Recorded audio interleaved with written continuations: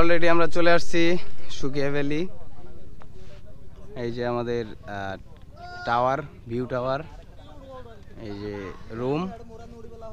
তো অনেক স্ট্রাগলের পরে উঠছি, আসলে অনেক ক্লান্ত। একটু রেস্ট নিয়ে গোসল টোসল ফ্রেশ হয়ে তারপরে আমরা আপনাদের দেখাবো ড্রোন শট। তো এইটাই এই জায়গার সবচেয়ে উঁচু পাহাড়, অনেক জোস।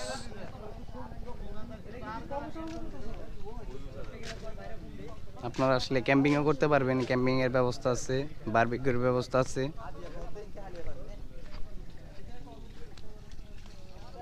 তো এই যে লেক ভিউ আছে, লেক অবশ্য এখন রোদ্রের জন্য দেখা যাচ্ছে না। তো এই যে আমি,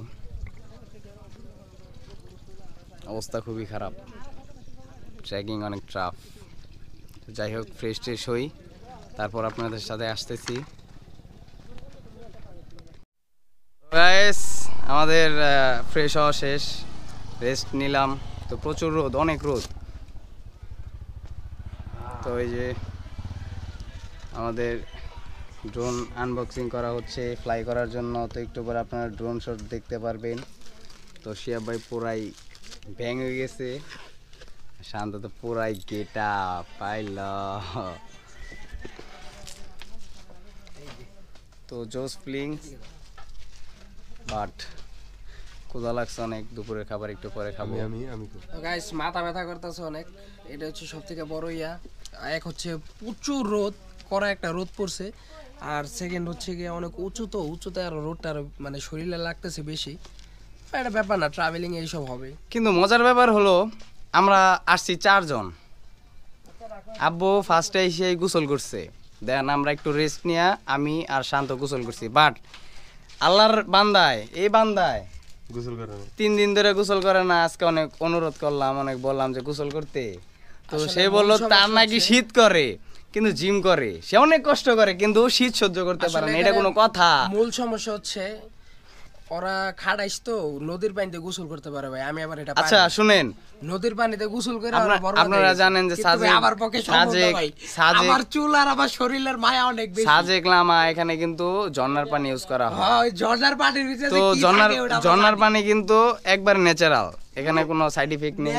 কিন্তু এই যে এরকম বলদেরা মনে করে যে চুল পড়বে, ফেস নষ্ট হবে।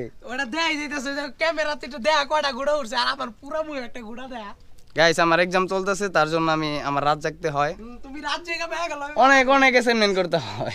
তুমি ভাই গেল না ভাই, এটা কেউ বিশ্বাস করবে না। তো অনেক অ্যাসাইনমেন্ট করতে হয়, প্রচুর অ্যাসাইনমেন্টের কথা কই আজকে এই পর্যন্ত। তার জন্য আমার কিছুদিন রাত জাগতে হইছে ভাই। আপনার এর জন্য ঘটনাগুলো বলেন। 2-1টা পিম্পল হইছে। পিম্পল হইছে, গুড়া হইছে, এটা কও পিম্পল হইছে। ড্রোন রেডি হচ্ছে। ময়লা পানিতে গোসল করে পোলাপান নিজে করে বীর পাবে ভাই, এখানে আর কি কমু ভাই। ঝর্ণার পানি যদি ময়লা হয় তো তুমি ডাস্টবিন, বুঝো নাই? শান্ত, তুমি কিছু বলো না কেন? বর্তমানে কোনো বৃষ্টি নাই, যে পানিগুলো পড়তাছে এগুলো বাতাসের পানি। এই পানিগুলোরে তুমি সুন্দর পানি বলতাছো। হ্যাঁ, কিসের পানি? এই যে বর্তমান যে পানিটা পড়তাছে, যেগুলো হচ্ছে কি আটকে থাকে। ঝর্ণার পানি আসে কোথা থেকে? কোথা থেকে আসে? পাথর ঘেমে যেই পানি হয় ওটাই ঝর্ণার পানি। তুমি এই শিখছো, তুমি এই বড় ভাই আমার। ভাই আপনি বলেন, ঝর্ণার পানি কোথা থেকে আসে? আর ঘাইমা বলে পানি সৃষ্টি হয় ভাই। ঝর্ণার পানিটা আপনার ভাই এটা নদীর মাধ্যমে আসে না? একটা পাহাড়ের আচ্ছা, তুমি নদীর মাধ্যমে পাহাড়ে তুমি সাধারণত তোর এই ইটা আসে, এই ঝর্ণার পানিটা মূলত আসে হচ্ছে গিয়ে নদীর মাধ্যমে প্রবাহিত হয়, বা কোনো উঁচু স্থানে পানি জমা থাকলে ওটা ঝর্ণার মাধ্যমেই হয়। কিন্তু এছাড়া পাথর ঘাইমা যে পানি বের ঝর্ণা হয় ভাই, এটা আপনার থেকে আমি প্রথম জানলাম। আপনি যে কি ব্লগ করেন, তোমার সাথে বাজি। এই যে আপনারাই কমেন্ট করে জানান, আপনার ঝর্ণার পানি যে পাথর ঘেমে ঝর্ণার পানি সৃষ্টি হয়, এটা আর কি আমার ছোট ভাই বলতেছে। আপনারাই এই পানিতে গোসল করে একটা চুলের অবস্থা দেখেন। না আপনারা কমেন্ট করে ভাই জানান। দরকার পড়লে আমি 1 না, মাস গোসল চুলের করব কথা না। কইলে এটা হচ্ছে চুল দিতে হয় দরকার পড়লে 1 মাস গোসল করব না, এটা- তুই তো শ্যাম্পু করছস দিয়া।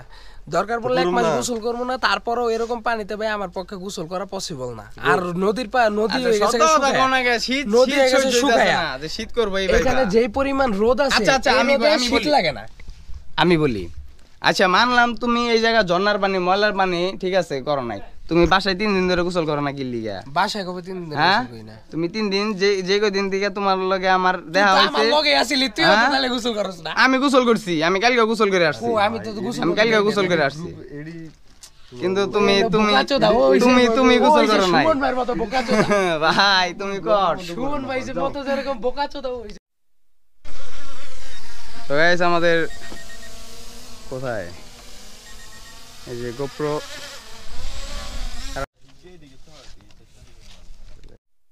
কি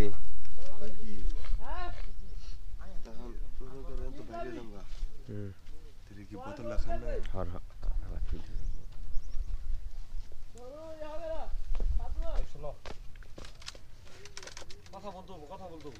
তো এটা আমাদের রুমের অবস্থা অনেক খারাপ। তো এটা হলো বারান্দার ভিউটাও জোস। এই পাশে আরো 2টা বারান্দা। তো দেখতেছেন এই সাইডে জঙ্গল আর ওই সাইডে মেঘ, এই যে মেঘ দেখা যাচ্ছে। তো সূর্যটাও অনেক সুন্দর লাগতেছে, যদিও অনেক ব্রাইট বাট ওরকম তাপ না রোদ্রের।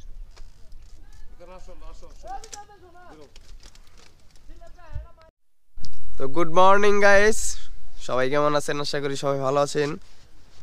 তো সকাল উপভোগ করার জন্য সকাল সকাল উঠে পড়লাম। তো করে থাকলেও ঘুমটা শেষ হয়েছে, যার কারণে উঠতে একটু লেট হয়ে গেছে। এই যে দেখেন সূর্য উঠে গেছে আর আমরা এখন আছি মেঘের উপরে।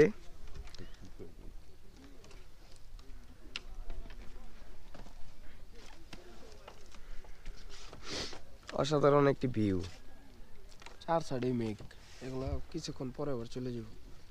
মেঘের সাগর। যাই হোক, ঘুম 100 ঘুম হয়েছে। তো প্রচুর বাতাস, যার কারণে ড্রোন উড়াবো কি উড়াবো না ভাবতেছি। তো একটা রিস্ক নিয়ে দেখি, কি বলো শিয়াব ভাই? আর রিস্ক নেওয়া যায়, তো জিপিএস অন করে নিতে হবে। দেখি ড্রোনটা উড়িয়ে